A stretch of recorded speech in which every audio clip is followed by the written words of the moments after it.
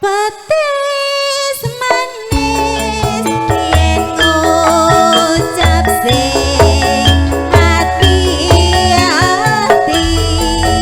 tansah kangen dadi ganti nyoto bebrayan sejati tasih sinarengan campur sari mukti budaya makarya video syuting Ramono Production live streaming Lubitan Kantun makarya audio sound system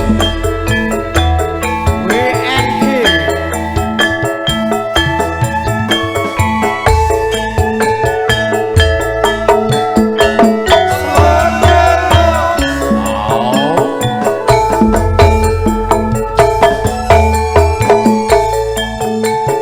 Petis manis kukus tebu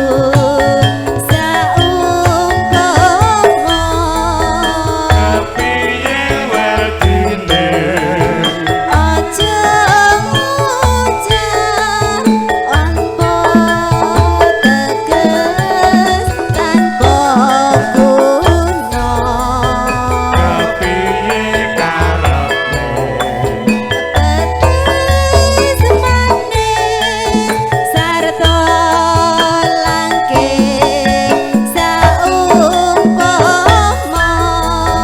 kepiye werdine aja ngucap yen to amung samudana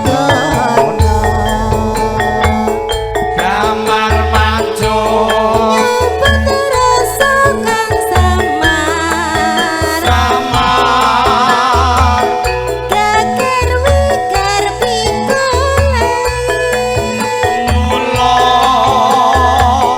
teja bengkong ireng toya rimoluwo kanggo kanca jroning sepi namuni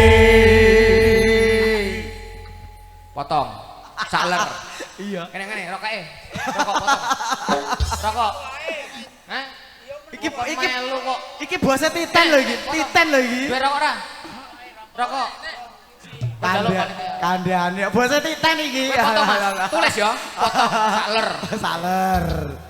Oke, bose. petis manis yen ngucap sing hati-hati tansah tak eleni dadi ganti nyoto bebrayan sejati